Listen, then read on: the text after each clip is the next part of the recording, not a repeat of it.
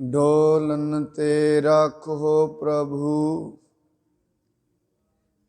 ਨਾਨਕ ਦੇ ਕਰ ਹੱਥ।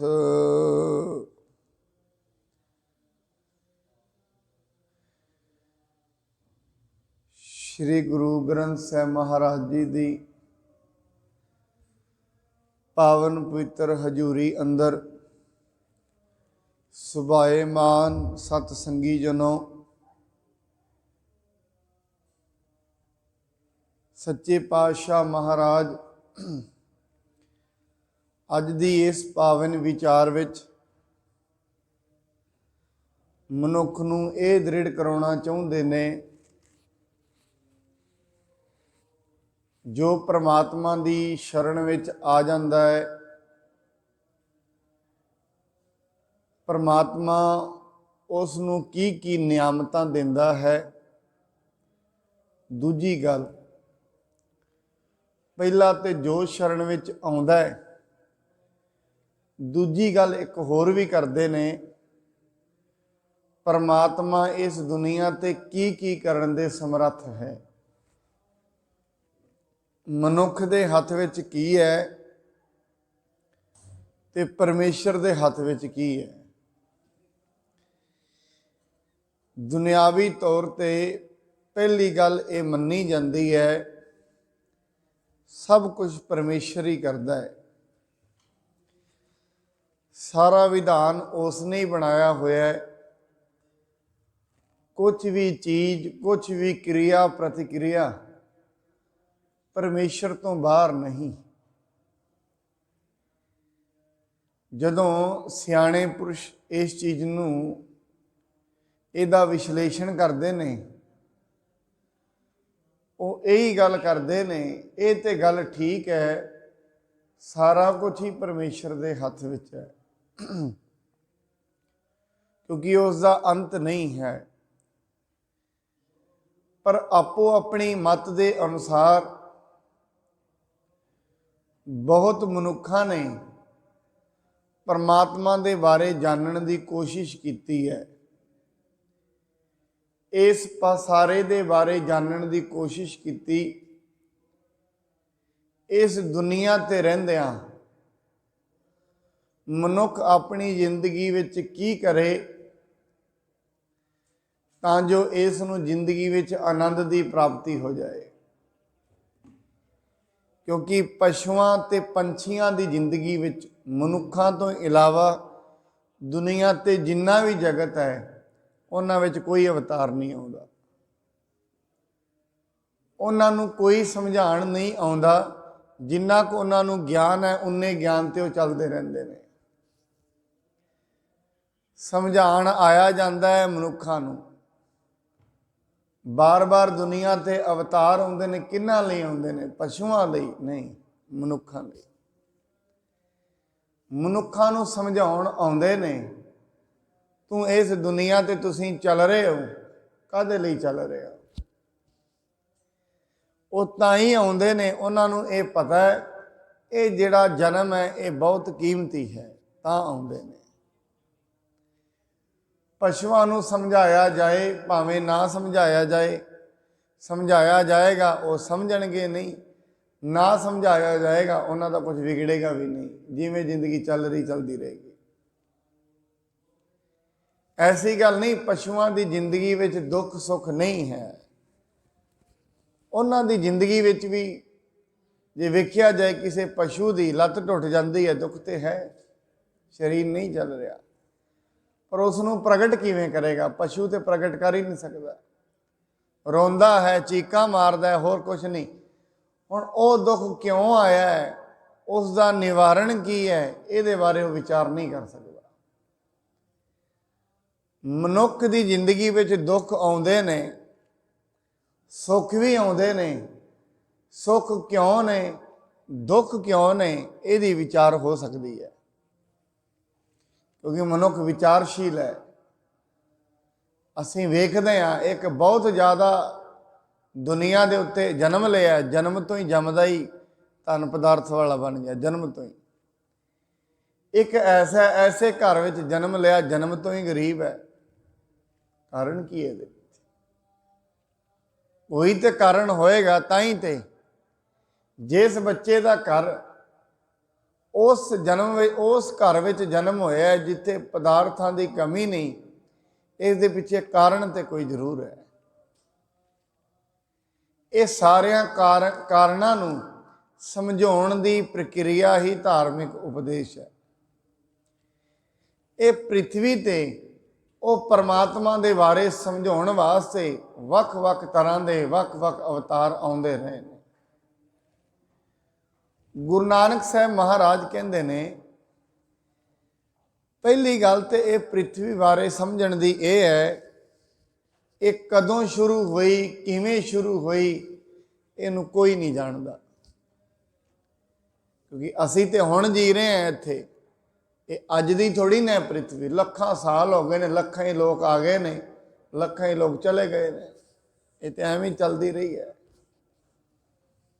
लखां ही लोग आए ने, लखां ही चले गए ने। मनुख की जिहड़ी हौमे है वो इनू समझण नहीं देंदी भी तू इत्थे कल्ला नहीं है, लखां आए ने तेरे वर्गे, इहदी हौमे अंदर। इस दे बंधन ने, बंधन काहदे ते ने? जीव आत्मा ते ने, बार बार बंधन पैंदे ने। इस दी जिहड़ी सुरत है, बिरती है, वो खिंड गई है। कुछ अखां द्वारा खिंड गई है। 5 विकार इस दे अंदर ने, 3 गुण माया दे ने, सारी बिरती खिंड गई है। बिरती खिंडण का मतलब ये अपने आप को कुछ समझ बैठा है, बस ये बिरती खिंडनी है। मनुख अपने आप को समझ बैठा है, ये जीव आत्मा अपने आप को कुछ समझ बैठी है। ये अपने आप को कोई धर्म का बंदा समझ बैठा है, किसी जात का समझ बैठा है, किसी शहर का समझ बैठा है, किसी जाति का समझ बैठा है। हुण जदों अपने आप को किसी जाति का समझ बैठेगा, वो जाति के प्रति मोह भी पैदा होएगा। मोह पैदा होएगा, उहदे नाल फिर लड़ाई भी करेगा वो जाति के पिछे। एवें मनुख नूं बार बार कदे मोह पैदा हुंदा है, कदे हंकार पैदा हुंदा है, इहदी बिरती खिंडदी रहिंदी है रोज़ रोज़। रोज़ रोज़ ये बिरती डूंगी हुंदी जांदी है, दुनिया 'च डूंगी।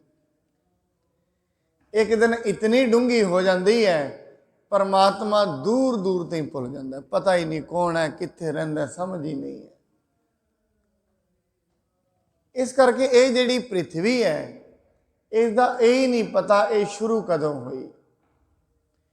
थित वार ना जोगी जाने, रुत माहो ना कोई, जा करता सिर ठीक को साजे, आपे जाने सोई। जदों इसकी तरीक ही नहीं पता, ये पसारे का आरंभता का नहीं पता, फिर जे आरंभता का नहीं पता, फिर विनाश का भी नहीं पता होएगा। जे मनुख नूं ये नहीं पता ये आरंभ कदों हुई है, फिर ये विनाश का की पता होएगा? कुछ भी नहीं। फिर जे सृष्टि के आरंभ का नहीं पता, फिर मनुख नूं अपने आरंभ का किवें पता लगेगा? ये कित्थों आरंभ होया, इनू नहीं पता लगना। मनुख की अपनी आरंभता कदों हुई है, इनू नहीं पता। सृष्टि की आरंभता कदों हुई है, ये भी नहीं पता। इस करके महाराज कहते ना काजियां नूं पता है, ना पंडितां नूं पता है। पर वो जिहड़ा परमात्मा है, ये सृष्टि के उत्ते अदृश्य रूप दे विच फैलिया होया है, हर थां है।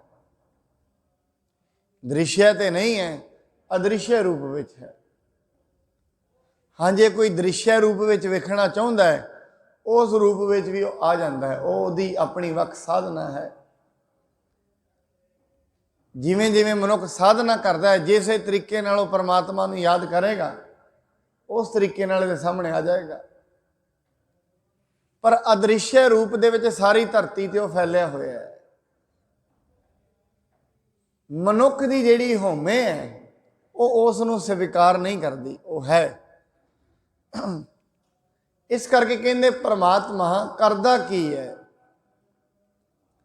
कहते मनसा पूरन शरणा जोग। परमात्मा की शरण विच जिहड़े भी जीव आउंदे ने, ਉਹ ਉਸ ਦੀਆਂ ਮਨ ਦੀਆਂ ਭਾਵਨਾਵਾਂ ਪੂਰੀਆਂ ਕਰ ਦਿੰਦਾ ਹੈ। ਮਨਸਾ ਪੂਰਨ ਸਰਨਾ ਜੋਗ, ਜੋ ਕਰ ਪਾਇਆ ਸੋਈ ਹੋ। ਜੋ ਉਹਨੇ ਮਨੁੱਖ ਦੇ ਲੇਖਾਂ ਦੇ ਵਿੱਚ ਲਿਖ ਦਿੱਤਾ ਹੈ ਹੁੰਦਾ ਉਹੀ ਹੈ। ਉਹ ਪਰਮਾਤਮਾ ਸ਼ਰਨ ਆਏ ਦੀ ਪੈਜ ਰੱਖ ਲੈਂਦਾ ਹੈ। ਇਹ ਉਹਦਾ ਸੁਭਾਅ ਹੈ। ਔਰ ਇਸ ਸੁਭਾਅ ਨੂੰ ਵੱਖ-ਵੱਖ ਸਮੇਂ ਵੱਖ-ਵੱਖ ਭਗਤਾਂ ਨੇ ਜਾਣੇ, ਇਹਨੂੰ ਸੱਚ ਕਹਿੰਦੇ ਨੇ। ਜਿੰਨੇ ਵੀ ਧਾਰਮਿਕ ਗ੍ਰੰਥ ਹੋਏ ਨੇ, ਜਿੰਨਿਆਂ ਨੇ ਮਹਾਤਮਾ ਬੁੱਧ ਆਏ ਨੇ, ਉਹਨਾਂ ਨੇ ਕਈ ਸੱਚ ਅਨੁਭਵ ਕੀਤੇ ਨੇ, ਉਹਨਾਂ ਨੇ ਲਿਖ ਦਿੱਤੇ। ਇੱਥੇ ਰਾਮ ਜੀ ਆਏ ਨੇ, ਕ੍ਰਿਸ਼ਨ ਜੀ ਨੇ ਆਪਣੇ ਸੱਚ ਲਿਖ ਦਿੱਤੇ ਨੇ। ਗੁਰੂ ਨਾਨਕ ਸਾਹਿਬ ਮਹਾਰਾਜ ਨੇ ਸੱਚ ਲਿਖ ਦਿੱਤਾ ਹੈ। ਇਹ ਸੱਚ ਹੈ। ਹੁਣ ਇਹ ਬਾਣੀ ਦਾ ਇਹ ਸ਼ਬਦ ਹੈ, ਇਹ ਮਹਾਰਾਜ ਨੇ ਮਹਿਸੂਸ ਕਰਕੇ ਪਰਮਾਤਮਾ ਦੀ ਇਹ ਪ੍ਰਕਿਰਤੀ ਦੇ ਵਿੱਚੋਂ ਅਨੁਭਵ ਕਰਕੇ ਇਹ ਲਿਖ ਦਿੱਤਾ ਹੈ ਕਿ ਮਨਸਾ ਪੂਰਨ ਸਰਨਾ ਜੋ। ਉਹ ਜੀਵਾਂ ਦੇ ਮਨਾਂ ਦੀਆਂ ਭਾਵਨਾਵਾਂ ਨੂੰ ਪੂਰੀਆਂ ਕਰਦਾ ਹੈ। ਜੇ ਉਸ ਦੀ ਸ਼ਰਨ ਦੇ ਵਿੱਚ ਆ ਜਾਂਦਾ ਹੈ ਕੋਈ, ਪਰ ਇੱਥੇ ਸਵਾਲ ਖੜਾ ਹੋਏਗਾ ਉਹਦੀ ਸ਼ਰਨ ਵਿੱਚ ਆਉਣਾ ਕੀ ਹੈ। ਕਿ ਮਨੁੱਖ ਸਰੀਰ ਕਰਕੇ ਮੰਦਰ ਵਿੱਚ ਮੱਥਾ ਟੇਕ ਆਉਂਦਾ ਹੈ, ਮਸਜਿਦ ਵਿੱਚ ਮੱਥਾ ਟੇਕ ਆਉਂਦਾ ਹੈ, ਨਮਾਜ਼ ਪੜ੍ਹ ਲੈਂਦਾ ਹੈ, ਗੁਰਦੁਆਰੇ ਮੱਥਾ ਟੇਕ ਲੈਂਦਾ ਹੈ, ਕਿ ਉਹਦੀ ਸ਼ਰਨ ਵਿੱਚ ਆ ਜਾਂਦਾ ਹੈ। ਇਹ ਸਮਝਣ ਦੀ ਜ਼ਰੂਰਤ ਹੈ ਉਸ ਦੀ ਸ਼ਰਨ ਕੀ ਹੈ। ਸਰੀਰ ਕਰਕੇ ਪਰਮਾਤਮਾ ਦੀ ਸ਼ਰਨ ਦੇ ਵਿੱਚ ਗੁਰਦੁਆਰੇ ਦੁਨੀਆ ਆ ਸਕਦੀ ਹੈ। ਮਨ ਕਰਕੇ ਉਹਦੀ ਸ਼ਰਨ ਨੂੰ ਕਬੂਲ ਕਰ ਲੈਣਾ ਇਹ ਬੜਾ ਔਖਾ ਕੰਮ ਹੈ। ਆਪਣੇ ਮਨ ਨੂੰ ਛੱਡਣਾ, ਮਨੁੱਖ ਸਭ ਕੁਝ ਛੱਡਣ ਲਈ ਤਿਆਰ ਹੈ, ਮਨ ਛੱਡਣਾ ਬੜਾ ਔਖਾ ਹੈ। ਸਭ ਕੁਝ ਛੱਡਿਆ ਜਾ ਸਕਦਾ ਹੈ, ਆਪਣੇ ਮਨ ਦੀ ਹਉਮੈ ਛੱਡਣੀ ਇਹ ਬਹੁਤ ਔਖੀ ਹੈ। ਗੁਰੂ ਦਿਆਂ ਬਚਨਾਂ ਨੂੰ ਹਿਰਦੇ ਵਿੱਚ ਮੰਨਣਾ ਔਰ ਆਪਣੇ ਆਪ ਨੂੰ ਇਹ ਜਾਣ ਲੈਣਾ, ਮੈਂ ਤੇ ਬਿਲਕੁਲ ਹੀ ਅਨਪੜ੍ਹ, ਮੈਨੂੰ ਤਾਂ ਕੁਝ ਵੀ ਨਹੀਂ ਪਤਾ। ਦੁਨੀਆ ਦੇ ਉੱਤੇ ਵਿਹਾਰ ਕਿਵੇਂ ਹੁੰਦੇ ਨੇ ਮੈਨੂੰ ਨਹੀਂ ਪਤਾ। ਪਰਮਾਤਮਾ ਜੋ ਕਰ ਰਿਹਾ ਹੈ ਉਹ ਠੀਕ ਕਰ ਰਿਹਾ ਹੈ, ਬਸ ਮੈਨੂੰ ਤੇ ਇਹੀ ਪਤਾ ਹੈ। ਇਸ ਗੱਲ ਤੇ ਖਲੋ ਜਾਣਾ ਇਹ ਬਹੁਤ ਔਖਾ ਹੈ। ਜਿੰਨਾ ਕਹਿਣਾ ਸੌਖਾ ਹੈ, ਕਈ ਗੁਣਾ ਜ਼ਿਆਦਾ ਔਖਾ ਹੈ। ਇਹ ਮੰਨ ਲੈਣਾ ਜੋ ਕੁਝ ਹੋ ਰਿਹਾ ਹੈ ਠੀਕ ਹੋ ਰਿਹਾ ਨਹੀਂ। ਹਰੇਕ ਮਨੁੱਖ ਇਹ ਕਹਿੰਦਾ ਹੈ ਜੋ ਕੁਝ ਵੀ ਹੋ ਰਿਹਾ ਹੈ ਗਲਤ ਹੋ ਰਿਹਾ, ਮੇਰੇ ਅਨੁਸਾਰ ਠੀਕ ਨਹੀਂ ਹੋ ਰਿਹਾ। ਹਰੇਕ ਮਨੁੱਖ ਦੀ ਇੱਛਾ। ਤਾਂ ਹੀ ਤੋਂ ਕਹਿੰਦਾ ਪਰਮਾਤਮਾ ਜੋ ਕੁਝ ਮੇਰੇ ਨਾਲ ਹੋ ਰਿਹਾ ਇਹਨੂੰ ਬਦਲ ਦੇ। ਜੋ ਕੁਝ ਮੇਰੀ ਜ਼ਿੰਦਗੀ 'ਚ ਮਿਲਿਆ ਇਹ ਮੈਨੂੰ ਐਕਸੈਪਟ ਨਹੀਂ ਹੈ। ਔਰ ਕੱਲਾ ਇਹ ਨਹੀਂ, ਇੱਕ ਗਰੀਬ ਨੂੰ ਵੀ ਐਕਸੈਪਟ ਨਹੀਂ ਹੈ, ਇੱਕ ਮੀਡੀਅਮ ਕਲਾਸ ਨੂੰ ਵੀ ਐਕਸੈਪਟ ਨਹੀਂ ਹੈ, ਇੱਕ ਬੜਾ ਅਮੀਰ ਹੈ ਉਹਨੂੰ ਵੀ ਸਵੀਕਾਰ ਨਹੀਂ ਹੈ। ਆਪਣੀ ਜ਼ਿੰਦਗੀ ਕਿਸੇ ਨੂੰ ਵੀ ਸਵੀਕਾਰ ਨਹੀਂ ਹੈ। ਜਿੱਥੇ ਮਨੁੱਖ ਖੜਾ ਹੈ ਉੱਥੇ ਕੋਈ ਵੀ ਆਪਣੀ ਜ਼ਿੰਦਗੀ ਵਿੱਚ ਆਨੰਦ 'ਚ ਨਹੀਂ ਹੈ। ਹਰੇਕ ਮਨੁੱਖ ਚਾਹੁੰਦਾ ਹੈ ਮੇਰਾ ਆਨੰਦ ਸ਼ਾਇਦ ਉੱਥੇ ਹੋਏਗਾ ਜਿੱਥੇ ਉਹ ਅਗਲਾ ਖਲੋਤਾ ਹੈ। ਜਿੱਥੇ ਅਗਲਾ ਖਲੋਤਾ ਹੈ ਉੱਥੇ ਪਹੁੰਚ ਜਾਏਗਾ, ਉੱਥੇ ਜਾ ਕੇ ਕਹੇਗਾ ਇੱਥੇ ਵੀ ਆਨੰਦ ਨਹੀਂ ਹੈ। ਹਰੇਕ ਮਨੁੱਖ ਜਿੱਥੇ ਖੜਾ ਹੈ ਉੱਥੇ ਆਨੰਦ ਮਹਿਸੂਸ ਹੀ ਨਹੀਂ ਕਰ ਰਿਹਾ। ਕਿਉਂ? ਕਿਉਂਕਿ ਇਹ ਆਪਣੀ ਬੁੱਧੀ ਨੂੰ ਨਹੀਂ ਛੱਡ ਰਿਹਾ, ਆਪਣੇ ਹਉਮੈ ਨੂੰ ਨਹੀਂ ਛੱਡ ਰਿਹਾ। ਹਉਮੈ ਨੂੰ ਛੱਡਣਾ ਹੈ। ਮਹਾਰਾਜ ਬਾਣੀ ਦੇ ਵਿੱਚ ਕਿ ਹਉਮੈ ਬੁੱਝੈ ਤਾਂ ਦਰ ਸੁਝੈ।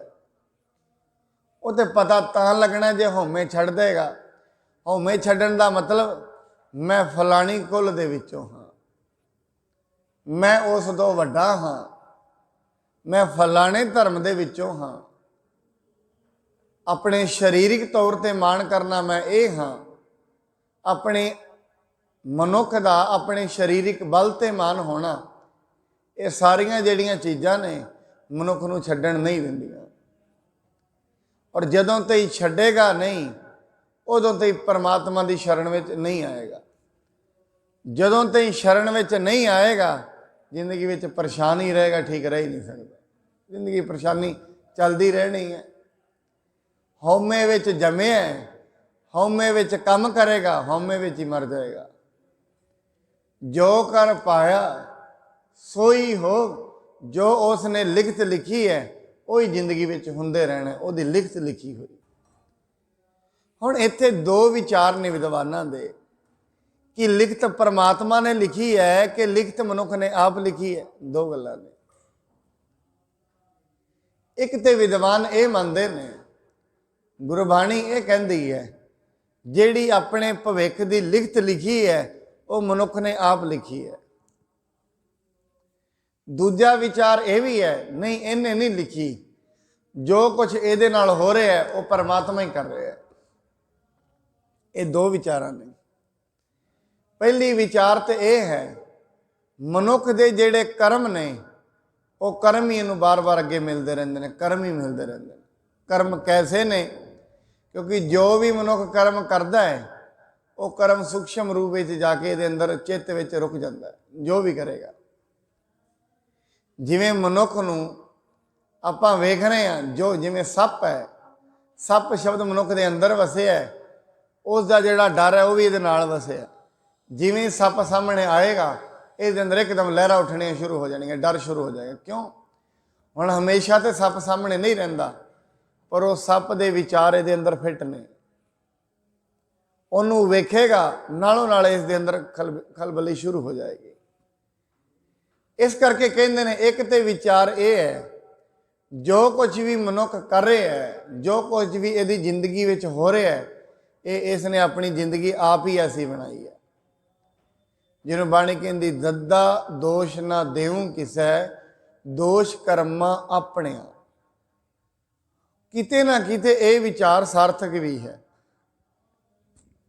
मनुख के जेड़े कर्म ने ये अनुभव किया है ब्रह्म ज्ञानियां ने, ज्ञानियां ने, इस दे कर्म ही ये दुखों का कारण बन जाते हैं। इस दे जेड़े कर्म ने वही इत्ते बार बार प्रभाव पाते रहते हैं। मनुख के कर्म, वो कर्म ही बार बार इनू जिंदगी दे विच दुखी करते हैं, कर्म ही बार बार ये सामने आते हैं। हुण वो कर्म किहड़े रूप में सामने आते हैं ये बारे किसी को नहीं पता। इस करके सियाणे पुरुष यही गल कहते हैं, जदों भी कर्म करें घट्टो घट रुक जाया कर, माड़ा कर्म करें रुक जाया कर, चंगा करे तो रुकिया ही ना कर। जदों भी कुछ माड़ा करन नूं दिल करे, अधार्मिक काम करन नूं दिल करे, रुक जाना है। जदों चंगा करन नूं दिल करे एकदम कर देना। ये सारे ही इस गल नूं कहंदे ने। दुनिया दे विच एक महान संत होया, उसका पिता जिस दिन मरण लगा, अपने पिता नूं कहंदा मैनूं जांदी वार दा उपदेश दिओ कोई। कहंदे जांदी वार दा उपदेश यही है, जदों तैनूं कोई अगों गालां कड्ढे, माड़ा बल्ले, उन्होंने तू एक ही गल कहनी है, तेरी इस चीज़ का जवाब मैं 24 घंटे बाद देंगा। बस आई गल कहनी।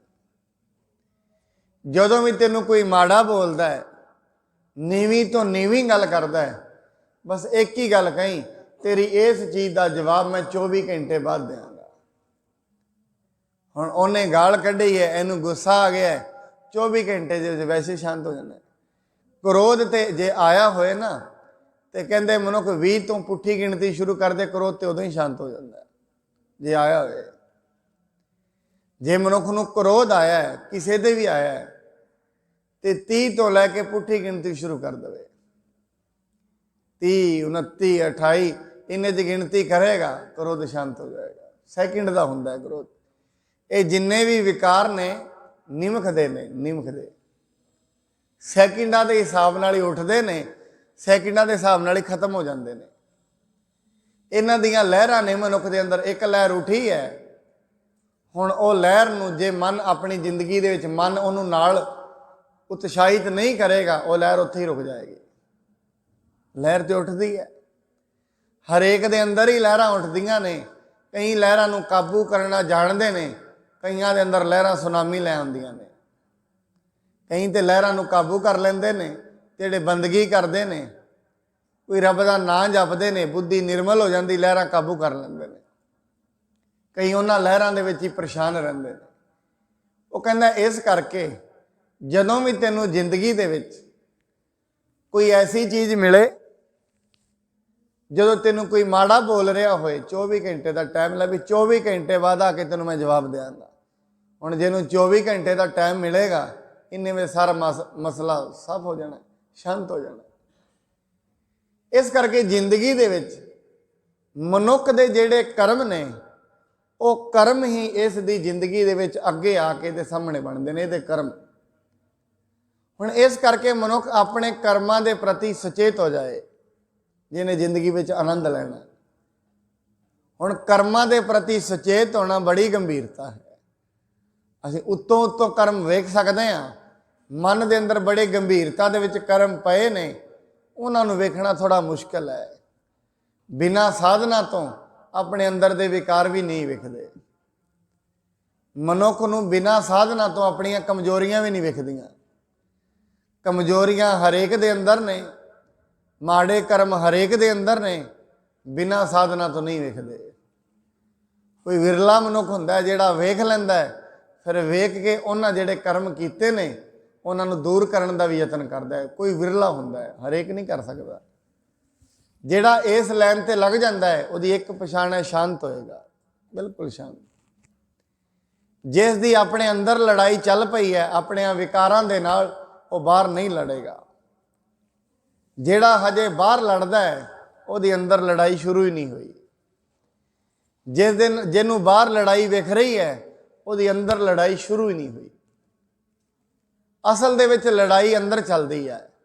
ਜਿਹਦੀ ਅੰਦਰ ਲੜਾਈ ਹੈ ਬਾਹਰ ਫਿਰ ਲੜਾਈ ਨਹੀਂ। ਪਹਿਲੀ ਗੱਲ ਇਹ, ਮਨੁੱਖ ਦੇ ਜੋ ਕੀਤੇ ਕਰਮ ਨੇ ਉਹੀ ਕਰਮ ਸੂਖਸ਼ਮ ਰੂਪ ਵਿੱਚ ਇਹਦੀ ਜ਼ਿੰਦਗੀ ਦੀ ਆਰਥਿਕਤਾ ਤੇ ਪੈਸੇ ਤੇ ਪ੍ਰਭਾਵ ਪਾਉਂਦੇ ਨੇ। ਇਹਦੀ ਜ਼ਿੰਦਗੀ ਦੇ ਵਿੱਚ ਇਹਦੇ ਜੀਵਨ ਤੇ ਪ੍ਰਭਾਵ ਪਾਉਂਦੇ ਨੇ ਮਨੁੱਖ ਦੇ ਕਰਮ। ਔਰ ਕਰਮ ਇਸ ਕਰਕੇ ਕਰਮਾਂ ਨਾਲ ਨਹੀਂ ਕੱਟੇ ਜਾ ਸਕਦੇ। ਮਹਾਰਾਜ ਨੇ ਇੱਕੋ ਹੀ ਕਰਮ ਦੱਸਿਆ ਇਹਨਾਂ ਕਰਮਾਂ ਨੂੰ ਕੱਟਣ ਵਾਸਤੇ। ਕਿਹੜਾ? ਕੱਲ ਮੈਂ ਇਹੋ ਪੁੰਨ ਗੁਣ ਗੋਬਿੰਦ ਗਾਹੇ। ਗੋਬਿੰਦ ਦੇ ਗੁਣ ਗਾਉਣੇ ਇਹ ਸਭ ਤੋਂ ਵੱਡਾ ਕਰਮ ਹੈ। ਇਹੀ ਕਰਮ ਮਨੁੱਖ ਦੇ ਸਾਰੇ ਕਰਮਾਂ ਨੂੰ ਕੱਟ ਸਕਦਾ ਹੈ, ਕਰਮ ਦੋਸ਼ ਲਾ ਸਕਦਾ ਹੈ। ਜਿਸ ਦਿਨ ਰਾਵਣ ਪੂਰਾ ਹੋਇਆ, ਮਰਿਆ ਰਾਵਣ, ਰਾਮਚੰਦਰ ਕਹਿੰਦੇ ਨੇ ਲਕਸ਼ਮਣ ਨੂੰ, ਲਕਸ਼ਮਣ ਜਾ, ਏਡਾ ਵੱਡਾ ਗਿਆਨੀ ਪੂਰਾ ਹੋਇਆ, ਉਹਦੇ ਕੋਲ ਕੋਈ ਜਾਂਦੀ ਵਾਰੀ ਗਿਆਨ ਲੈ ਲਾ। ਲਕਸ਼ਮਣ ਗਿਆ, ਸਿਰ ਵੱਲ ਖੜਾ ਹੋ ਗਿਆ, ਉਹਨੇ ਕੋਈ ਗੱਲ ਨਾ ਦੱਸੀ, ਵਾਪਸ ਆ ਗਿਆ। ਫਿਰ ਕਹਿੰਦੇ ਮੈਨੂੰ ਤੇ ਉਹਨੇ ਕੋਈ ਦੱਸਿਆ ਨਹੀਂ। ਕਹਿੰਦੇ ਜੇ ਕਿਸੇ ਤੋਂ ਕੁਝ ਲੈਣਾ ਹੈ ਝੁਕੀਦਾ ਤੇ ਉਹਦੇ ਪੈਰਾਂ ਵੱਲ ਖੜੇ ਹੋਈਦਾ, ਜਾ ਹੁਣ ਦੁਬਾਰਾ ਗਿਆ। ਕਹਿੰਦੇ ਕੋਈ ਗਿਆਨ ਦੀ ਗੱਲ ਦੱਸੋ। ਉਹ ਕਹਿੰਦਾ ਗਿਆਨ ਦੀ ਗੱਲ ਤੇ ਇੱਕੋ ਹੀ ਹੈ, ਜਦੋਂ ਵੀ ਮਾੜਾ ਕਰਮ ਕਰਨ ਲੱਗੇ ਰੁਕ ਜਾਣਾ, ਸੋਚ ਲੈਣਾ। ਜਦੋਂ ਕੋਈ ਚੰਗਾ ਕੰਮ ਕਰਨਾ ਹੈ ਸੋਚਣਾ ਹੀ ਨਹੀਂ ਹੈ, ਨਾਲੋਂ ਨਾਲ ਕਰ ਦੇਣਾ। ਗੁਰਦੁਆਰੇ ਆਉਣ ਨੂੰ ਦਿਲ ਕਰਦਿਆ, ਨਾਲੋਂ ਨਾਲ ਆ ਜਾਣਾ। ਸੋਚਣਾ ਹੀ ਨਹੀਂ ਹੈ ਹੁਣ ਟਾਈਮ ਹੈ, ਇੰਨੀ ਦੇਰ ਬਾਅਦ ਆਵਾਂਗਾ, ਇਹ ਆ ਕਰਾਂਗਾ, ਨਹੀਂ, ਨਾਲੋਂ ਨਾਲ ਆ ਜਾਣਾ। ਸੰਗਤ ਵਿੱਚ ਬੈਠਣ ਨੂੰ ਦਿਲ ਕਰ ਰਿਹਾ, ਬਸ ਨਾਲੋਂ ਨਾਲ ਹੀ ਬੈਠ ਜਾਣਾ। ਸ਼ਬਦ ਗਾਉਣ ਨੂੰ ਦਿਲ ਕਰ ਰਿਹਾ, ਨਾਲੋਂ ਨਾਲ ਹੀ ਗਾ ਲੈਣਾ। ਦੂਜੀ ਸਾਈਡ ਵਿੱਚ ਕਿਸੇ ਨੂੰ ਮਾੜਾ ਬੋਲਣ ਦਾ ਦਿਲ ਕਰ ਰਿਹਾ, ਰੁਕ ਜਾਣਾ ਹੈ। ਕਿਸੇ ਦੀ ਚੁਗਲੀ ਕਰਨ ਦਾ ਦਿਲ ਕਰ ਰਿਹਾ, ਰੁਕ ਜਾਣਾ ਹੈ। ਬਾਣੀ ਇਹਨੂੰ ਕਹਿੰਦੀ ਹੈ, ਨਾ ਬਿਲੰਬ ਧਰਮੰ ਬਿਲੰਬ ਪਾਪੰ। ਗੁਰੂ ਦੀ ਬਾਣੀ ਦੇ ਵਿੱਚ ਕਹਿੰਦੇ ਨੇ ਕਦੇ ਵੀ ਧਰਮ ਦਾ ਕੰਮ ਕਰੋ, ਕਦੀ ਵੀ ਬਿਲੰਬ ਨਾ ਕਰੋ, ਦੇਰੀ ਨਾ ਕਰੋ, ਕਿਉਂ ਨਾਲੋਂ ਨਾਲ ਕਰਮ ਬਣ ਜਾਏਗਾ, ਚੰਗਾ ਕਰਮ ਇਕੱਠਾ ਹੋ ਜਾਏਗਾ। ਦੇਰੀ ਕਦੋਂ ਕਰਨੀ ਹੈ? ਜਦੋਂ ਪਾਪ ਕਰਨਾ ਹੈ, ਜਦੋਂ ਕਿਸੇ ਨੂੰ ਮਾੜਾ ਬੋਲਣਾ ਹੈ, ਕਿਸੇ ਦੀ ਨਿੰਦਾ ਕਰਨੀ ਹੈ, ਜਾਂ ਚੁਗਲੀ ਸੁਣਨੀ ਹੈ ਜਾਂ ਕਰਨੀ ਹੈ। ਦੋਵਾਂ ਦੀ ਸਜ਼ਾ ਬਰਾਬਰ ਹੀ ਹੁੰਦੀ ਹੈ। ਸੁਣਨੀ ਵੀ ਉਨੀ ਖਤਰਨਾਕ ਹੈ ਜਿੰਨੀ ਕਰਨੀ ਹੈ। ਹਾਂ ਤੇ ਮਨੁੱਖ ਭਰੇਗਾ ਹੀ। ਨਿੰਦਾ ਕਰਨੀ ਵੀ ਉਨੀ ਖਤਰਨਾਕ ਹੈ ਜਿੰਨੀ ਸੁਣਨੀ ਹੈ। ਦੋਵੇਂ ਖਤਰਨਾਕ ਨੇ, ਦੋਵੇਂ ਕਰਮਾਂ ਨੂੰ ਨਾਸ਼ ਕਰ ਦਿੰਦੇ ਨੇ। ਜੋ ਕਰ ਪਾਇਆ ਸੋਈ ਹੋਗ।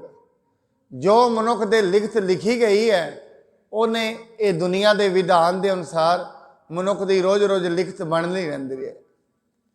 ਆਪਾਂ ਕਹਿੰਦੇ ਨਾ ਲੇਖਾ ਰੱਬ ਮੰਗੇਸੀਆ ਬੈਠਾ ਕੱਢ ਵਹੀ। ਇਹਦਾ ਮਤਲਬ ਲੇਖਾ ਰੋਜ਼ ਮਨੁੱਖ ਤਿਆਰ ਕਰ ਰਿਹਾ ਹੈ, ਆਪਣਾ ਲੇਖਾ। ਕਲਮ ਇਹਦੇ ਹੱਥ ਵਿੱਚ ਹੈ, ਲੇਖਾ ਰੋਜ਼-ਰੋਜ਼ ਆਪਣੇ ਕਰਮਾਂ ਨਾਲ ਤਿਆਰ ਕਰ ਰਿਹਾ ਹੈ। ਇਹ ਕਰਮਾਂ ਦਾ ਲੇਖਾ ਹੀ ਹੈ ਜਿਹੜਾ ਮਨੁੱਖ ਨੂੰ ਇੱਥੇ ਭੁਗਤਣਾ ਪੈਂਦਾ, ਕਦੀ ਬੱਚਿਆਂ ਦੇ ਵਿੱਚ ਦੀ, ਕਦੇ ਪਰਿਵਾਰ ਦੇ ਵਿੱਚ ਦੀ, ਕਦੇ ਪੜੋਸੀਆਂ ਦੇ ਵਿੱਚ ਦੀ, ਕਦੇ ਰਿਸ਼ਤੇਦਾਰਾਂ ਦੇ ਵਿੱਚ ਦੀ। ਇਹ ਲੇਖਾ ਹੀ ਹੈ। ਉਹ ਲੇਖਾ ਹੀ ਮਨੁੱਖ ਨੂੰ, ਮਹਾਰਾਜ ਕਹਿੰਦੇ ਹੁਕਮ ਹੈ ਲਿਖ ਦੁੱਖ ਸੁੱਖ ਪਾਈਐ, ਇੱਕ ਨਾ ਹੁਕਮੀ ਬਖਸ਼ੀ। ਹੁਕਮ ਹੈ ਲਿਖ, ਉਹ ਹੁਕਮ ਦੇ ਅੰਦਰ ਹੀ ਲੇਖਾ ਲਿਖਿਆ ਜਾਂਦਾ ਹੈ। ਉਹ ਲੇਖੇ ਦੇ ਅਨੁਸਾਰ ਹੀ ਮਨੁੱਖ ਨੂੰ ਦੁੱਖ ਤੇ ਸੁੱਖ ਮਿਲਦੇ ਨੇ, ਲੇਖੇ ਅਨੁਸਾਰ। ਹੁਕਮ ਹੈ ਲਿਖ। ਹੁਕਮ ਕੀ ਹੈ? ਪਰਮਾਤਮਾ ਨੇ ਦੁਨੀਆ ਦਾ ਇੱਕ ਵਿਧਾਨ ਬਣਾਇਆ ਹੋਇਆ ਹੈ। ਉਹ ਵਿਧਾਨ ਦੇ ਵਿੱਚ ਰਹਿ ਕੇ ਮਨੁੱਖ ਜੋ ਵੀ ਬੋਲੇਗਾ, ਜੋ ਵੀ ਸੁਣੇਗਾ, ਉਹ ਇਹਦਾ ਲੇਖਾ ਬਣਦਾ ਹੈ। ਜੋ ਵੀ ਕਰੇਗਾ, ਜਿੱਥੇ ਵੀ ਬੈਠੇਗਾ, ਜਿਸ ਦੇ ਕੋਲ ਵੀ ਬੈਠੇਗਾ, ਉਹ ਲੇਖਾ ਬਣੇਗਾ। ਉਹ ਜਿਹੜਾ ਲੇਖਾ ਹੈ ਉਹੀ ਦੁੱਖ ਤੇ ਸੁੱਖ ਦਾ ਕਾਰਨ ਬਣਦਾ ਹੈ। ਹੁਕਮੈ ਲਿਖ ਦੁੱਖ ਸੁੱਖ ਪਾਈਐ, ਇਕ ਨਾ ਹੁਕਮੀ ਬਖਸ਼ੀਸ਼। ਇੱਕ ਹੁਕਮੀ ਸਦਾ ਭਵਾਈ ਹੈ। ਉਹਦੇ ਹੁਕਮ ਦੇ ਅੰਦਰ ਹੀ, ਉਹਦੇ ਲੇਖੇ ਦੇ ਅੰਦਰ ਹੀ ਇੱਕ ਸਾਰੀ ਉਮਰ ਘੁੰਮਦੇ ਹੀ ਰਹਿੰਦੇ ਨੇ, ਫਿਰਦੇ ਹੀ ਰਹਿੰਦੇ ਨੇ, ਸ਼ਾਂਤੀ ਨਹੀਂ ਹੁੰਦੀ। ਅੱਗੇ ਮਹਾਰਾਜ ਕਹਿੰਦੇ ਨੇ ਪਰਮਾਤਮਾ ਕਿੱਡਾ ਵੱਡਾ ਹੈ।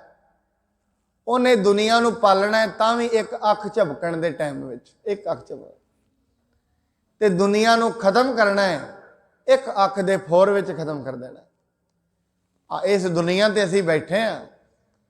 ਇਹ ਦੁਨੀਆ ਜਿਹੜੀ ਤੇ ਅਸੀਂ ਬੈਠੇ ਹਾਂ ਕਈ ਵਾਰੀ ਨਸ਼ਟ ਹੋਈ ਹੈ, ਕਈ ਵਾਰ ਪਸਰਿਓ ਪਾਸਾਰ। ਇੱਕ ਵਾਰੀ ਇਹ ਦੁਨੀਆ ਨਹੀਂ ਬਣੀ।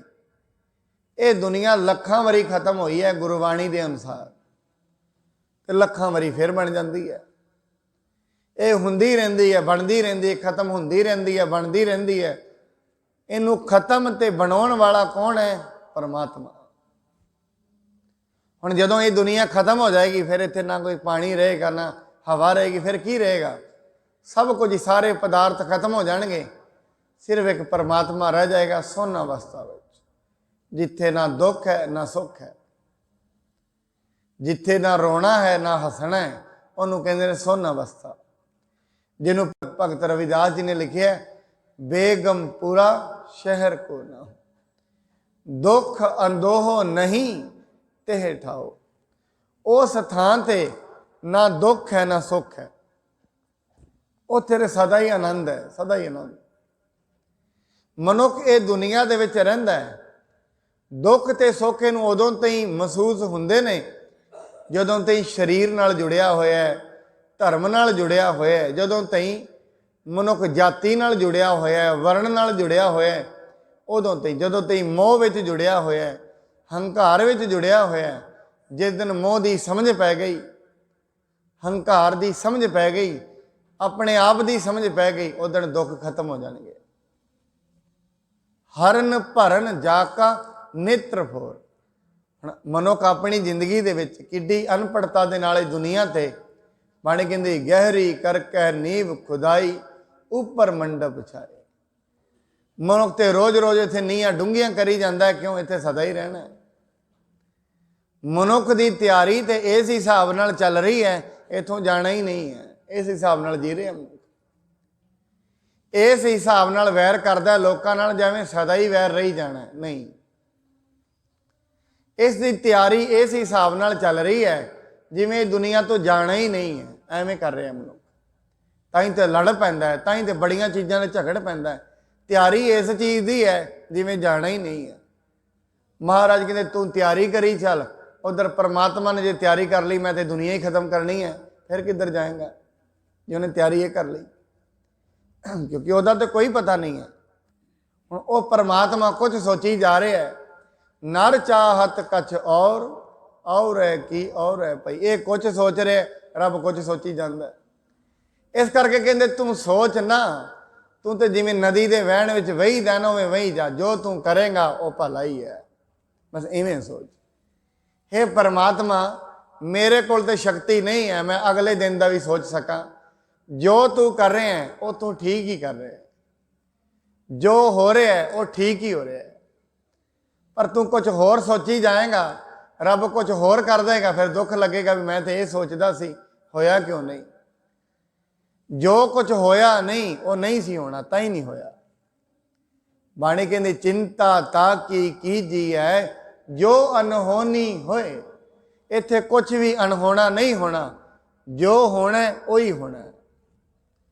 जो होना है वो होके ही रहना है, जो नहीं होना सारी उम्र ही नहीं होना। हरन भरन जाका नेत्र फोर, तिसका मंत्र न जाने हो। परमात्मा दुनिया नू 1 ਮਿੰਟ ਵਿੱਚ ਖਤਮ ਕਰ ਦਿੰਦਾ ਹੈ, 1 ਮਿੰਟ ਵਿੱਚ ਬਣਾ ਦਿੰਦਾ ਹੈ। ਉਹਦਾ ਇਹ ਗੁੱਝਾ ਭੇਦ ਹੈ, ਇਹਨੂੰ ਕੋਈ ਵੀ ਨਹੀਂ ਜਾਣਦਾ, ਇਹਨੂੰ ਕੋਈ ਵੀ ਨਹੀਂ ਜਾਣਦਾ। ਇਸ ਭੇਦ ਨੂੰ ਦੁਨੀਆ ਸਮਝ ਹੀ ਨਹੀਂ ਸਕਦੀ ਕਿ ਕੋਈ ਪਤਾ ਨਹੀਂ ਕਦੋਂ ਉਹਨੇ ਦੁਨੀਆ ਬਣਾ ਦੇਣੀ ਹੈ, ਕਦੋਂ ਖਤਮ ਕਰ ਦੇਣੀ। ਅੱਜ ਮਨੁੱਖ ਇਹ ਸਮਝ ਹੀ ਬੈਠਾ ਹੈ ਮੇਰੀ ਜ਼ਿੰਦਗੀ ਵਿੱਚ ਮੈਂ ਬਹੁਤ ਠੀਕ ਹਾਂ, ਮੇਰੇ ਕੋਲ ਸਦਾ ਹੀ ਧਨ ਦੌਲਤ ਬਣੀ ਰਹਿਣੀ ਹੈ। ਕਹਿੰਦੇ ਐਸਾ ਨਾ ਸਮਝੋ, ਉਹ ਧਨ ਦੌਲਤ ਦਿੰਦਾ ਵੀ ਸੈਕਿੰਡਾਂ ਵਿੱਚ ਹੈ। ਜਦੋਂ ਘਾਟਾ ਲੱਗਣ ਲੱਗ ਜਾਂਦਾ, ਘਾਟਾ ਵੀ ਸੈਕਿੰਡਾਂ 'ਚ ਹੀ ਲੱਗਦਾ। ਫਿਰ ਉੱਥੋਂ ਪੌੜੀ ਤੋਂ ਜਦੋਂ ਥੱਲੇ ਡਿੱਗਦਾ ਪਤਾ ਹੀ ਨਹੀਂ ਲੱਗਦਾ, ਨਾ ਕੋਈ ਚੁੱਕਣ ਵਾਲਾ ਮਿਲਦਾ, ਨਾ ਕੋਈ ਸਾਥ ਦੇਣ ਵਾਲਾ ਮਿਲਦਾ। ਐਸਾ ਹੀ ਹੁੰਦਾ ਜ਼ਿੰਦਗੀ 'ਚ। ਕਹਿੰਦੇ ਇਸ ਕਰਕੇ ਜਿੱਥੇ ਵੀ ਤੂੰ ਖੜਾ ਹੈ ਉੱਥੇ ਖੜਾ ਹੋ ਕੇ ਆਪਣੇ ਆਪ ਨੂੰ ਪੱਕਾ ਮਹਿਸੂਸ ਨਾ ਕਰ। ਜੇ ਬਲ ਹੈ, ਅੱਜ ਜਵਾਨੀ ਹੈ, ਜਵਾਨੀ ਨੂੰ ਇਹ ਮਤ ਸਮਝ ਮੈਂ ਸਦਾ ਹੀ ਐਵੇਂ ਰਹਿਣਾ ਹੈ, ਜਵਾਨੀ ਨੂੰ ਖਾ ਜਾਏਗਾ ਬੁਢੇਪਾ, ਐਵੇਂ ਮਤ ਸਮਝ। ਜੇ ਅੱਜ ਤੇਰੇ ਕੋਲ ਗਿਆਨ ਹੈ ਫਿਰ ਕਿਸੇ ਅਗਿਆਨੀ ਨੂੰ ਵੇਖ ਕੇ ਹੰਕਾਰ ਨਾ ਕਰ, ਕਿਉਂਕਿ ਗਿਆਨ ਅਗਿਆਨ ਵਿੱਚ ਕਦੋਂ ਬਦਲ ਜਾਏ ਕੋਈ ਪਤਾ ਨਹੀਂ। ਅੱਜ ਤੇਰੇ ਕੋਲ ਮਾਇਆ ਹੈ, ਫਿਰ ਕਿਸੇ ਗਰੀਬ ਨੂੰ ਵੇਖ ਕੇ, ਕਿਸੇ ਗਰੀਬ ਰਿਸ਼ਤੇਦਾਰ ਨੂੰ ਵੇਖ ਕੇ ਜ਼ਿੰਦਗੀ ਵਿੱਚ ਕਦੇ ਹੰਕਾਰ ਨਾ ਕਰੀ, ਕੋਈ ਪਤਾ ਨਹੀਂ ਲੱਗਦਾ ਅਮੀਰੀ ਕਦੋਂ ਗਰੀਬੀ ਵਿੱਚ ਬਦਲ ਜਾਂਦੀ ਹੈ, ਕੋਈ ਪਤਾ ਨਹੀਂ।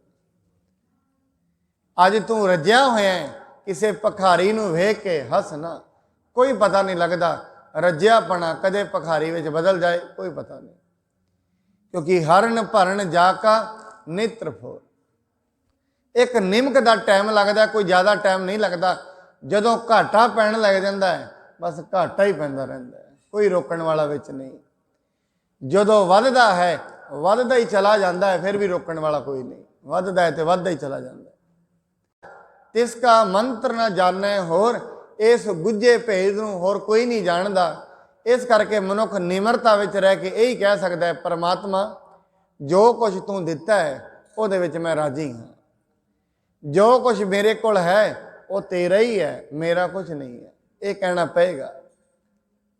ਜੇ ਇਹ ਨਹੀਂ ਕਹੇਗਾ, ਜੇ ਆਪਣੇ ਆਪ ਨੂੰ ਬਣਾ ਲਏਗਾ ਕੁਝ, ਫਿਰ ਇਹਨੂੰ ਦੁੱਖ ਲੱਗੇਗਾ। ਜੇ ਆਪਣੇ ਆਪ ਨੂੰ ਕਰਤਾ ਸਮਝ ਬੈਠੇਗਾ ਫਿਰ ਇਹਨੂੰ ਦੁੱਖ ਲੱਗੇਗਾ। ਅੱਗੇ ਕਹਿੰਦੇ ਨੇ ਅਨੰਦ ਰੂਪ ਮੰਗਲ ਸਦ ਜਾ ਕੇ ਸਰਬ ਥੋਕ ਸੁਣੀਏ ਘਰ ਤਾਕੈ। ਉਹਦੇ ਘਰ ਵਿੱਚ ਕੀ ਹੈ? ਸਦਾ ਹੀ ਆਨੰਦ ਹੈ ਉਹਦੇ ਘਰ ਵਿੱਚ। ਉਹਦਾ ਘਰ ਕੀ ਹੈ? ਉਹਦੀ ਬੰਦਗੀ ਵਿੱਚ ਜਦੋਂ ਮਨੁੱਖ ਚੱਲ ਪੈਂਦਾ ਹੈ, ਬੰਦਗੀ ਵਿੱਚ ਪਹੁੰਚਦਾ ਬੰਦਾ ਸਦਾ ਹੀ ਆਨੰਦ। ਸਰਬ ਥੋਕ ਸੁਣੀਏ ਘਰ ਤਾਕੈ, ਉਹਦੇ ਘਰ ਵਿੱਚ ਸੁਣਿਆ ਜਾਂਦਾ ਹੈ ਸਾਰਾ ਹੀ ਕੁਛ ਹੈ, ਉਹ ਰੱਬ ਦੇ ਘਰ ਵਿੱਚ। ਜਿਹਨੂੰ ਬਾਣੀ ਕਹਿੰਦੀ ਸਾਚੇ ਸਾਹਿਬਾ ਕਿਆ ਨਾਹੀ ਘਰ ਤੇਰਾ। हे परमात्मा कोई ऐसी वस्तु भी है ਜਿਹੜੀ तेरे तो बाहर है दुनिया ते? नहीं है। भगत ਧਰੂ ਹਨ ਜਿਹੜੇ, ਕੋਈ ਗੁਰਬਾਣੀ ਚ ਹੁੰਦਾ ਰਾਮ ਜਪੋ ਜੀ ਐਸੇ ਐਸੇ ਧਰੂ ਪ੍ਰਹਿਲਾਦ ਜਪਿਓ ਹਰ ਜੈਸੇ। ਹੁਣ ਧਰੂ ਭਗਤ ਹੈ, ਆਪਣੀ ਮਾਂ ਦੀ ਕੁੱਛੜ ਦੇ ਵਿੱਚ, ਆਪਣੇ ਪਿਤਾ ਦੀ ਕੁੱਛੜ ਵਿੱਚ ਬੈਠਾ। ਮਤਰੇਈ ਮਾਂ ਨੇ ਆ ਕੇ ਬਾਂਹ ਫੜ ਕੇ ਬਾਹਰ ਸੁੱਟ ਦਿੱਤਾ। ਆਪਣੀ ਮਾਂ ਨੂੰ ਜਾ ਕੇ ਕਹਿੰਦਾ ਮਾਂ ਤੂੰ ਰਾਜੇ ਦੀ ਰਾਣੀ ਨਹੀਂ ਹੈ ਕਿ ਨੌਕਰਾਣੀ ਹੈ ਉਹਦੀ? ਕਹਿੰਦੇ ਹੈ ਤੇ ਮੈਂ ਰਾਣੀ ਹਾਂ, ਫਿਰ ਮੈਨੂੰ ਮਾਣ ਕਿਉਂ ਨਹੀਂ ਮਿਲ ਰਿਹਾ? ਕਹਿੰਦੇ ਬੇਟਾ ਤੈਨੂੰ ਮਾਣ ਮਿਲਣ ਦਾ ਇੱਕੋ ਹੀ ਕਾਰਨ ਹੈ, ਤੈਨੂੰ ਨਹੀਂ ਮਿਲਿਆ ਉਹਦਾ ਇੱਕੋ ਹੀ ਕਾਰਨ ਹੈ ਕਿ ਮੇਰੀ ਬੰਦਗੀ ਨਹੀਂ ਹੈ। ਫਿਰ ਮਾਂ ਇਹ ਦੱਸ ਜੇ ਪਰਮਾਤਮਾ ਦੇ ਰਾਜ ਮਿਲਦੇ ਕਿਵੇਂ ਨੇ? ਕਹਿੰਦੇ ਬੇਟਾ ਰਾਜ ਰੱਬ ਤੋਂ ਮਿਲਦੇ ਨੇ, ਮਿਲਦੇ ਬੰਦਗੀ ਨਾਲ ਨੇ। ਜਦੋਂ ਰਾਜ ਹੁੰਦਾ ਹੈ, ਭਾਵੇਂ ਸਰੀਰ ਦਾ ਹੋਏ, ਭਾਵੇਂ ਪੈਸੇ ਦਾ ਹੋਏ, ਭਾਵੇਂ ਦੁਨੀਆ ਦਾ ਹੋਏ, ਰਾਜ ਮਾਣ ਲਿਆ ਦਿੰਦਾ ਹੈ ਤੇ ਮਾਣ ਫਿਰ ਨੀਵਾਂ ਚਲਾ ਜਾਂਦਾ। ਰਾਜੰਗ ਤਾਂ ਮਾਨੰ ਅਭਿਮਾਨੰ। ਜਦੋਂ ਮਨੁੱਖ ਰਾਜ ਚ ਹੁੰਦਾ ਉਦੋਂ ਮਾਣ ਆ ਜਾਂਦਾ ਹੈ, ਜਦੋਂ ਅਭਿਮਾਨ ਹੁੰਦਾ ਉਦੋਂ ਫਿਰ ਨੀਵੇਂ ਚੱਲ ਜਾਂਦਾ। ਅਭਿਮਾਨੰ ਤਾਂ ਹੀਨੰ। ਜਦੋਂ ਅਭਿਮਾਨ ਆਏਗਾ ਫਿਰ ਨੀਵਾਂ ਡਿੱਗ ਜਾਏਗਾ। ਆਪਣੀ ਮਾਂ ਨੂੰ ਕਹਿੰਦਾ, ਮਾਂ ਕਹਿੰਦੀ ਬੇਟਾ ਇੱਕ ਹੀ ਕੰਮ ਹੁੰਦਾ ਹੈ ਰਾਜ ਲੈਣ ਦਾ, ਕੀ? ਪਰਮਾਤਮਾ ਦੀ ਬੰਦਗੀ ਕਰ। ਕਿ ਉਹਦੀ ਬੰਦਗੀ ਨਾਲ ਰਾਜ ਮਿਲ ਜਾਏਗਾ? ਮਿਲ ਜਾਏਗਾ। ਉਹਦੀ ਬੰਦਗੀ ਤੋਂ ਬਾਹਰ ਕੁਝ ਵੀ ਨਹੀਂ, ਕਿਉਂਕਿ ਸਦਾ ਸਿਫਤ ਸਲਾਹ ਤੇਰੀ ਨਾਮ ਮਨ ਵਸਾ। ਹੁਣ ਮਨੁੱਖ ਅੱਜ ਬੰਦਗੀ ਕਰੇਗਾ, ਅੱਜ ਤੇ ਕੁਝ ਮਿਲਿਆ ਨਹੀਂ, ਹਜੇ ਤੇ ਸ਼ੁਰੂਆਤ ਹੈ, ਸਹਿਜਤਾ ਵਿੱਚ ਹੋਣਾ ਸਭ ਕੁਝ। ਅੱਜ ਬੰਦਗੀ ਕਰੇਗਾ, ਅੱਜ ਬੰਦਗੀ ਕੀਤੀ ਦਾ ਫਲ ਤੇ ਮਿਲੇਗਾ, ਪਰ ਅੱਜ ਹੀ ਮਨੁੱਖ ਅੱਜ ਹੀ ਮੈਨੂੰ ਮਿਲ ਜਾਏ ਇੰਨੀ ਛੇਤੀ ਨਹੀਂ। ਫਲ ਤੇ ਜ਼ਰੂਰ ਮਿਲਦਾ ਹੈ।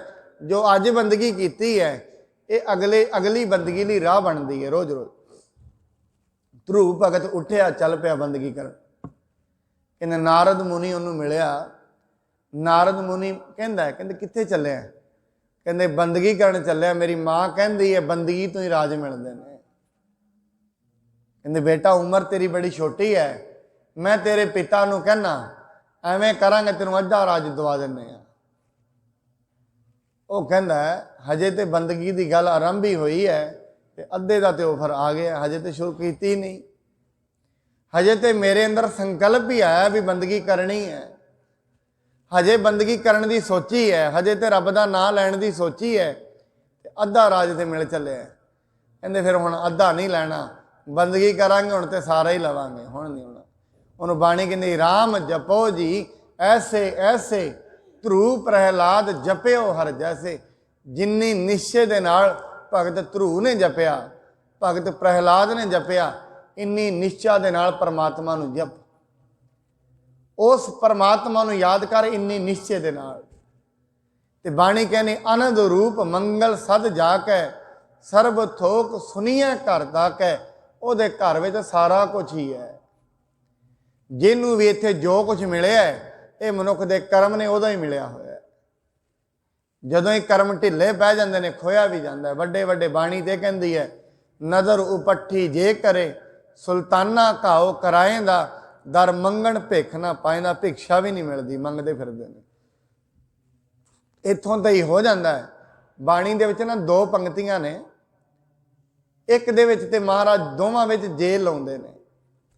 कहते लख खुशियां पातशाहियां जे, ये नहीं जे सतगुर नदर करे, जे परमात्मा नदर करे, जे वो नदर कर दे लखां ही खुशियां पातशाहियां मिल जांदियां ने। एक होर भी शब्द है, कहते नदर उपट्ठी जे करे। उपट्ठी का मतलब पुट्ठी। जे परमात्मा की नज़र पुट्ठी हो जाए, वो तो नहीं करता, मनुख ने अपने कर्मां नाल ही उहदी नज़र पुट्ठी करा लेनी। वो तो नहीं किसी को दुख दिंदा, उन्हें तो हुक्म बनाया हुआ है। अपने हुक्म दे विच इन्हें कर्म ही ऐसे करने ने, उहदी नज़र अपने आप ही पुट्ठी हो जानी है। नदर उपट्ठी जे करे, सुल्ताना घाओ कराएंदा, दर मंगण भिख ना पाएगा। लोकी मंगते रहंदे ने, मंगतियां नूं भी भिक्षा कोई नहीं दिंदा, ऐसा भी कर दिंदा है परमात्मा। हुण उहदे घर दे विच सारा कुछ ही है, पर गल इन्नी है जदों मनुख उहदा मंगल गाउंदा है, उहदा नाम लैंदा मिलदा तां है। हुण बाणी कहंदी राज महराज, जोग मह जोगी, तप मह त्रिपीसर, गृहस्थ मह भोगी। राजियां दे विच राज करन वाला भी परमात्मा है, गृहस्थियां दे विच गृहस्थी विच बैठा भी वो आप है, जोगियां विच जोग कमाउण वाला भी वो आप है। इहदा की मतलब है? इहदा इक्को ही मतलब है, ये जिहड़े योग मत है ये भी उन्हें ही चलाया, उत्थों ही मत लई गई है, इस करके ये भी वही है। गृहस्थी मत है ये भी उन्हें ही चलाया, तां करके गृहस्थी भी वो आप ही है। राजे चलाउंदे ने, बुद्धि राजियां कोल हुंदी है, वो भी रब दी दित्ती है, फिर राजा भी वो आप ही है। क्योंकि जिन्ना भी दुनिया कोल ज्ञान है ये उहदा ही पैदा किया होया है, उहदा ही। और ये जिहड़ी दुनिया है ये परमात्मा ने एक खेल ही बनाई हुई है। दोवें साइडां 'च परमात्मा आप ही खलोता हुंदा है। इधर राक्षस ने, उधर भी आप खलोता है, पूजा वाले बन्ने भी आप ही खलोता है। बाणी जपजी साहिब च महाराज ही कहते हैं, वो कहते हैं परमात्मा मूर्ख पैदा हुंदे ने वो भी तेरे हुक्म विच, राजे पैदा हुंदे ने, जपी पैदा हुंदे ने वो भी तेरे हुक्म विच। दुनिया तो एक खेड है, खेड तो वध कोई नहीं है। हुण जिहड़े इस खेड नूं ही सीरीयस लै लैंदे ने, डिप्रैशन के रोगी हो जाते हैं जिहड़े खेड ने। बाणी तो यह कहती है खेड है, होर कुछ भी नहीं है। बाजीगर जैसे बाजी पाई, जिमें बाजीगर बाजी पाउंदा है, उन्हें अड अड करैक्टर तैयार किए हुंदे ने। जिमें असीं वेखदे हां रामलीला का पड़दा चलदा हुंदा ना, कोई राम का रोल कर रहा, कोई रावण का रोल कर रहा, अगे पड़दे दे अगे। हुण जिवें पड़दे दे पिछे जाने आ, राम ते रावण इकट्ठे बैठे हुंदे ने, अगे कहंदे ने तू राम है मैं रावण हाँ। अगे राम रावण का रोल कर रहे हैं, पड़दे दे पिछे जाओ राम ते रावण इकट्ठे बैठे हुंदे ने। बस यही है, मनुख दे विच पड़दा ही है हौमे दा। बस आ पड़दा ला देगा, ਇਹਨੂੰ ਪਤਾ ਲੱਗ ਜਾਏਗਾ ਰਾਮ ਤੇ ਰਾਵਣ ਇੱਕੋ ਹੀ ਨੇ, ਉੱਥੋਂ ਹੀ ਆਉਂਦੇ ਨੇ ਸਾਰੇ। ਆ ਪੜਦਾ ਹੀ ਹੈ, ਪੜਦਾ ਹੋਮੇ ਦਾ, ਬਾਕੀ ਉਹਦਾ ਖੇਡ ਹੈ। ਬਾਣੀ ਕਹਿੰਦੀ ਪਾਪ ਪੁੰਨ ਦੋਏ ਏਕ ਸਮਾਨ, ਪਾਪ ਤੇ ਪੁੰਨ ਦੋਵੇਂ ਇੱਕੋ ਹੀ ਨੇ। ਕਿਉਂ? ਪਾਪ ਵੀ ਉੱਥੋਂ ਚੱਲੇ ਨੇ, ਪੁੰਨ ਵੀ ਉੱਥੋਂ ਚੱਲੇ ਨੇ। ਇਹ ਪੜਦਾ ਹੈ ਮਨੁੱਖ ਦੇ ਵਿੱਚ, ਜਿੱਥੋਂ ਉਹਨੂੰ ਹਜੇ ਵੱਖ-ਵੱਖ ਦਿਸ ਰਹੇ ਨੇ। ਇਹ ਅਗਲੀ ਗੱਲ ਹੈ, ਚੌਥੇ ਪਦ ਦੀ ਇਹ ਗੱਲ ਹੈ, ਜਿੱਥੇ ਜਾ ਕੇ ਮਨੁੱਖ ਨੂੰ ਇਹ ਪਤਾ ਲੱਗ ਜਾਣਾ ਹੈ ਪਰਮਾਤਮਾ ਹੀ ਸਾਰਾ ਕੁਛ ਹੈ। ਰਾਜਾ ਵੀ ਉਹ ਆਪ ਹੈ, ਜੋਗੀ ਵੀ ਉਹ ਆਪ ਹੈ, ਗ੍ਰਸਤੀ ਵੀ ਉਹ ਆਪ ਹੈ, ਚਲਾਉਣ ਵਾਲਾ ਆਪ ਹੀ ਹੈ। ਸਭ ਕੁਛ ਆਪੇ ਆਪ, ਸਾਰਾ ਕੁਛ ਉਹ ਆਪ ਹੀ ਹੈ। ਸਿਰਫ ਮਨੁੱਖ ਦਾ ਹੰਕਾਰ ਹੈ ਜਿਹੜਾ ਉਹਨੂੰ ਵੇਖਣ ਹੀ ਨਹੀਂ ਦਿੰਦਾ। ਮਨੁੱਖ ਨੇ ਆਪਣੀਆਂ ਅੱਖਾਂ ਦੇ ਅੱਗੇ ਹੰਕਾਰ ਦੀਆਂ ਪਲਕਾਂ ਲਾਈਆਂ ਹੋਈਆਂ ਨੇ। ਇਹ ਹੰਕਾਰ ਦੀਆਂ ਪਲਕਾਂ ਜਦੋਂ ਉੱਤੇ ਉੱਠਣਗੀਆਂ ਉਹ ਵੇਖ ਜਾਏਗਾ। ਪਰ ਐਸੀ ਗੱਲ ਨਹੀਂ, ਬਾਣੀ ਤੇ ਇਹ ਕਹਿੰਦੀ ਹੈ ਤੂੰ ਹੀ ਨਹੀਂ ਉਹਨੂੰ ਵੇਖ ਪਾ ਰਿਹਾ, ਉਹ ਤੇ ਤੇਰੇ ਨਾਲ ਹੀ ਹੈ। ਇਹ ਵੀ ਕਹਿੰਦੇ ਨੇ। ਕਮਾਲ ਦੀ ਗੱਲ ਤੇ ਇਹ ਹੈ, ਬਾਣੀ ਇਹ ਕਹਿੰਦੀ ਹੈ ਜਿੰਨੇ ਵੀ ਦੁਨੀਆ ਤੇ ਸੰਤ ਹੋਏ ਨੇ ਉਹ ਇੱਕੋ ਹੀ ਗੱਲ ਕਹਿੰਦੇ ਨੇ, ਰੱਬ ਦੂਰ ਨਹੀਂ ਹੈ, ਉਹ ਤੇ ਤੇਰੇ ਨਾਲ ਹੀ ਹੈ। ਜੇ ਮੇਰੇ ਨਾਲ ਹੈ ਤੇ ਫਿਰ ਮੈਨੂੰ ਵੇਖਦਾ ਕਿਉਂ ਨਹੀਂ ਹੈ? ਮੇਰੇ ਨਾਲ ਮੇਰੇ ਹੱਥ ਨੇ, ਵੇਖਦਾ ਕਿਉਂ ਨਹੀਂ ਹੈ? ਬਾਣੀ ਕਹਿੰਦੀ ਸੋ ਸਤਿਗੁਰ ਪਿਆਰਾ ਮੇਰੇ ਨਾਲ ਹੈ। ਰੱਬ ਤੇਰੇ ਨਾਲ ਹੈ, ਰੱਬ ਦੂਰ ਥੋੜੀ ਨਾ ਕਿਤੇ। ਤੂੰ ਰੱਬ ਨੂੰ ਕਿੱਥੇ ਸਮਝੀ ਬੈਠਾ? ਕਿਤੇ ਨਹੀਂ ਹੈ, ਤੇਰੀ ਸੁਰਤ ਦੇ ਅੰਦਰ ਹੀ ਪਰਮਾਤਮਾ ਬੈਠਾ ਹੋਇਆ ਹੈ। ਤਾਂ ਹੀ ਤੇ ਤੇਰੀਆਂ ਅਰਦਾਸਾਂ ਸੁਣ ਲੈਂਦਾ ਉਹ, ਤਾਂ ਹੀ ਤੇ ਤੇਰੇ ਪਾਪ ਨੋਟ ਹੋ ਜਾਂਦੇ ਨੇ। ਉਵੇਂ ਕਿਵੇਂ ਹੋਣਗੇ? ਉਹ ਤੇਰੇ ਨਾਲ ਬੈਠਾ। ਰਵਿਦਾਸ ਜੀ ਕਹਿੰਦੇ ਨੇ ਕੋਹ ਰਵਿਦਾਸ ਹੱਥ ਪੈ ਨੇਰੇ, ਸਭ ਤੋਂ ਨੇਰੇ ਕੋਈ ਹੈ ਤੇ ਉਹ ਪਰਮਾਤਮਾ ਹੈ, ਬਾਕੀ ਸਾਰੇ ਹੀ ਦੂਰ ਨੇ। ਅੰਤ ਦੇ ਵਿੱਚ ਕਹਿੰਦੇ ਨੇ ਧਿਆਏ ਧਿਆਏ ਭਗਤः ਸੁਖ ਪਾਇਆ, ਨਾਨਕ ਤਿਸ ਪੁਰਖ ਕਾ ਕਿਨੈ ਅੰਤ ਨਾ ਪਾਇਆ। ਉਹ ਪਰਮਾਤਮਾ ਨੂੰ ਧਿਆ ਧਿਆ ਕੇ ਸੁੱਖ ਹੀ ਪਾਇਆ ਜਾਂਦਾ ਹੈ। ਉਹਨੂੰ ਬਾਰ-ਬਾਰ ਬੰਦਗੀ ਕਰਾਂਗੇ ਸੁੱਖ ਮਿਲੇਗਾ, ਆਨੰਦ ਮਿਲੇਗਾ। ਪਰ ਉਸ ਪਰਮਾਤਮਾ ਦਾ ਕਿਸੇ ਨੇ ਅੰਤ ਨਹੀਂ ਪਾਇਆ। ਉਹ ਕਰਮ ਹੀ ਕਰਦਾ ਹੈ, ਕਿਵੇਂ ਕਿਵੇਂ ਕਰਦਾ ਹੈ ਇਹਦਾ ਕਿਸੇ ਨੂੰ ਨਹੀਂ ਪਤਾ। ਉਹਨੇ ਪ੍ਰਿਥਵੀ ਕਿਵੇਂ ਬਣਾਈ ਹੈ ਕਿਸੇ ਨੂੰ ਨਹੀਂ ਪਤਾ। ਅੱਜ ਸਾਇੰਸ ਦੇ ਉੱਤੇ ਵੀ ਜੋ ਵਿਗਿਆਨ ਵੀ ਖੋਜ ਕਰਦਾ ਹੈ, ਇਹਦੀ ਮੁਕੰਮਲ ਖੋਜ ਨਹੀਂ ਹੋ ਸਕਦੀ, ਨਾ ਅੱਜ ਹੋਈ ਹੈ ਨਾ ਅੱਗੇ ਹੋਏਗੀ। ਇਹਨੂੰ ਧਿਆ ਕੇ ਸਿਰਫ ਸੁੱਖ ਮਿਲਦਾ ਹੈ।